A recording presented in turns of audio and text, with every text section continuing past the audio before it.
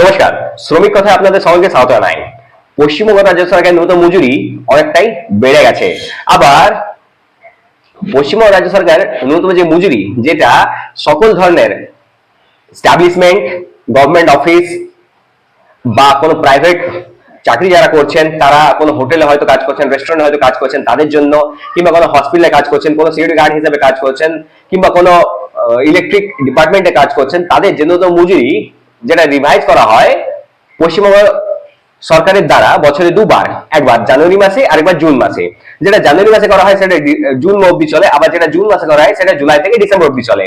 এই ক্ষেত্রে 2026 সালে যেটা ন্যূনতম যে মজুরিটা, যেটা মহার্ঘ ভাতা দ্বারা বাড়ানো হয়, ডেয়ারনেস অ্যালাওয়েন্স দ্বারা বাড়ানো হয়, সেটা আনস্কিলদের জন্য 7 টাকা মাত্র বাড়ানো হয়েছে। আবার অন্যদিকে যারা অর্ধদক্ষ মানে সেমি স্কিল, আবার দক্ষ মানে স্কিল এবং হাইলি স্কিল অতি দক্ষ যারা রয়েছে তাদের জন্য 8 টাকা করে বাড়ানো হয়েছে।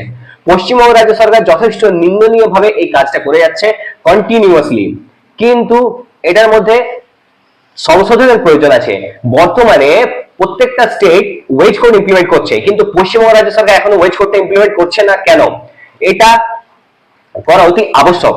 আবার অন্যদিকে আজকে আমরা WBSEDCL এর মধ্যে কর্মরত অবস্থায় যারা রয়েছেন, একজন ঠিকাদারি শ্রমিক হিসেবে যারা কাজ করছেন বিগত কয়েক বছর ধরে, তাদের যে ন্যূনতম মজুরি সেটা কিভাবে রিভাইজ করা হয়, কোন সার্কুলার দ্বারা রিভাইজ করা হয়, সেটা আমি আপনাদেরকে জানাবো। তার আগে আমি আপনাদেরকে একটা কথা বলতে চাই। যদি আপনারা পশ্চিমবঙ্গের মধ্যে রয়েছেন, যদি আপনারা WBSEDCL এর মধ্যে কাজ করছেন, তাহলে আপনাদের যে ন্যূনতম মজুরি আছে সেটা কিন্তু সেন্ট্রাল বডি রেগুলেট করে না, সেটা স্টেট বডি রেগুলেট করে। এই ক্ষেত্রে পশ্চিমবঙ্গ রাজ্য সরকারের যে ন্যূনতম মজুরি, যেটা বছরে দুবার রিভাইজ করা হয়, সেটার দ্বারাই কিন্তু আপনাদের এই রেগুলেটটা করা হয়ে থাকে।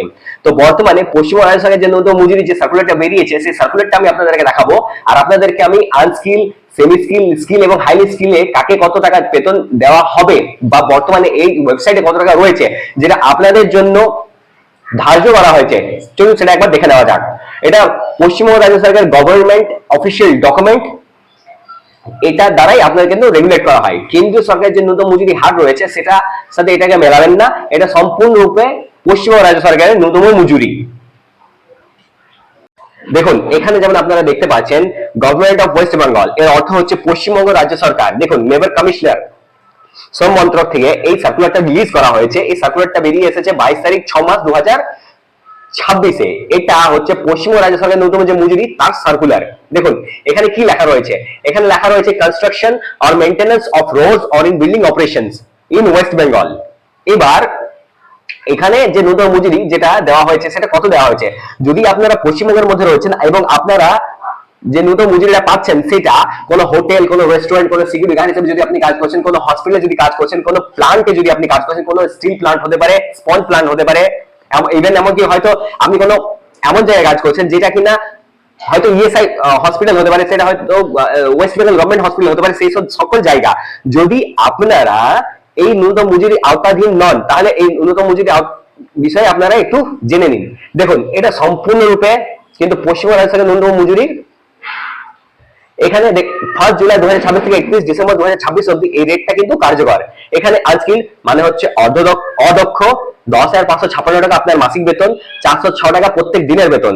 সেমি স্কিলের ক্ষেত্রে দেখুন মানে অর্ধদক্ষর জন্য 11,611 টাকা মাসিক বেতন, 447 টাকা আপনার প্রত্যেক দিনের বেতন। স্কিল ওয়ার্কার হিসেবে দেখুন 12,773 টাকা আপনার মাসিক বেতন, 491 টাকা আপনার প্রত্যেক দিনের বেতন। আবার হাইলি স্কিলের ক্ষেত্রে 14,050 টাকা, আবার প্রত্যেক দিনে 540 টাকা। এটা হচ্ছে আপনাদের ন্যূনতম মজুরি যেটা কিনা আপনাদেরকে দেওয়া হয়ে থাকে।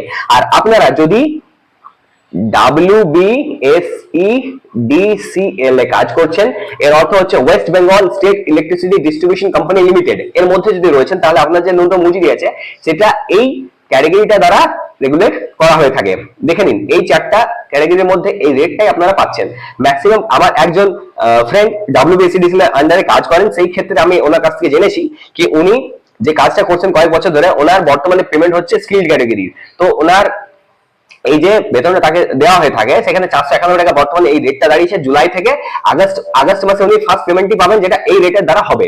এছাড়া আরেকটা কথা হচ্ছে, উনি যখন নাইটে কাজ করেন তখন নাইট একটা অ্যালাউন্স ওনাকে দেওয়া হয়ে থাকে, সেটাকে আমরা বলে থাকি নাইট অ্যালাউন্স ওনাকে দেওয়া থাকে। এছাড়া আবার স্পেশাল লিভ উনি পান। এছাড়া বছরে যে ছুটিগুলো আছে সেই ছুটিগুলো উনি পেয়ে থাকেন, সেই ছুটিগুলো হচ্ছে 52টা, যেটা উইকলি অফ।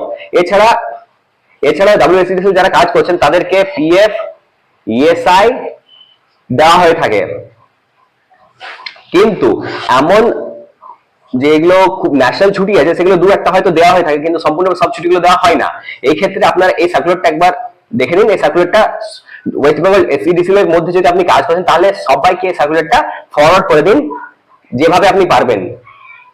তাতে কি হবে, উনিও জানতে পারবেন যে বর্তমানে তার রেটটা কত, এবং আপনারা দেখবেন আপনার পিএফ, ইএসআই স্যালারি যে টাইমে আপনার জমা হচ্ছে 7 তারিখের ভিতরে আপনারা পাচ্ছেন কিনা প্রত্যেক মাসে, আর পে স্লিপ পাচ্ছেন কিনা, এটা আপনাদের জন্য খুব ইম্পর্টেন্ট, সেটা আপনারা একবার লক্ষ্য করবেন। আমি বর্তমানে আসানসোলের মধ্যে থাকি, সেই ক্ষেত্রে আমি আপনাদেরকে অনুরোধ করবো আসানসোলের মধ্যে যদি আপনারা কাজ করছেন কিংবা পশ্চিমবঙ্গের মধ্যে যদি আপনারা কাজ করেন, এই সার্কুলারটা অবশ্যই সবার কাছে ছড়িয়ে দেওয়ার চেষ্টা করবেন। এছাড়া একটা খুব ইম্পর্টেন্ট এখানে বলা হয়েছে, দেখুন, there shall be one minimum rate of wages for the whole state of West Bengal. প্রত্যেকটা যারা কাজ করছেন তাদের যে মিনিমাম ওয়েজেসটা রয়েছে সেটা স্টেট ওয়েস্ট বেঙ্গল গভর্নমেন্ট মানে পশ্চিমবঙ্গ রাজ্য সরকারের একটাই রেট রয়েছে। দেখুন, আপনারা 26 দিন কাজ করবেন, 6 দিন কাজ করার পর একটা আপনার অফ থাকবে। আবার 48 ঘন্টা বেশি আপনাকে কাজ করানো যাবে না। তার মধ্যে প্রত্যেকদিন যখন আপনি কাজে যাবেন 8 ঘন্টার মধ্যে আধা ঘন্টা কিন্তু আপনার রিসেস থাকবে, মানে 30 মিনিট আপনার টিফিন টাইম থাকবে, ব্রেক টাইম থাকবে।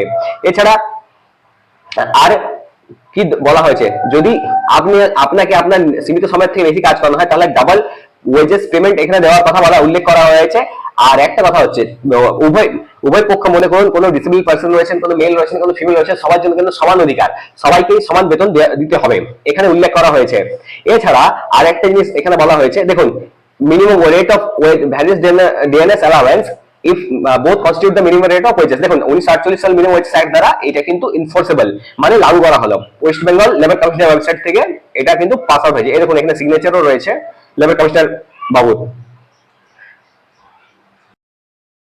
দেখুন, এতক্ষণ আমরা যে কথাগুলো বললাম সেটা হচ্ছে পশ্চিমবঙ্গ রাজ্য সরকারের মধ্যে যদি আপনারা রয়েছেন এবং ডাব্লিউবিএসিডিসিএল এর মধ্যে যদি কাজ করছেন, West Bengal state electricity distribution company লিমিটেডের মধ্যে, যেটা কিনা 2007 সালে শুরু হয়েছিল, সেখানে ঠিকাদারি শ্রমিক হিসাবে, তাহলে আপনার যে ন্যূনতম মজুরি সেটা এটা দ্বারা নির্ধারিত করা হয় ওয়েস্ট বেঙ্গল যে লেবার কমিশনের ওয়েবসাইট থেকে যে সার্কুলারটা বেরিয়ে আসে সেটা দ্বারা। এর মধ্যে আনস্কিল, সেমি স্কিল, স্কিল এবং হাই স্কিলে ভাগ রয়েছে। এছাড়া একটা খুব ইম্পর্টেন্ট কথা হচ্ছে, আপনারা যখন কাজ করছেন তখন আপনাদেরকে যেমন স্যালারি দেওয়া হচ্ছে, পিএফ দেওয়া হচ্ছে, ইএসআই দেওয়া হচ্ছে, আপনাদেরকে বছরে যে 52টা ছুটি রয়েছে, মানে 6 দিন কাজ করার পর একটা অফ থাকে, সেটা কম্পালসারি। এছাড়া একটা নাইট অ্যালাউন্স রয়েছে, আবার স্পেশাল অ্যালাউন্সও আপনাদেরকে দেওয়া হয়ে থাকে। এটা আপনারা একটু লক্ষ্য করবেন কি আপনাদের দেওয়া হচ্ছে কি হচ্ছে না।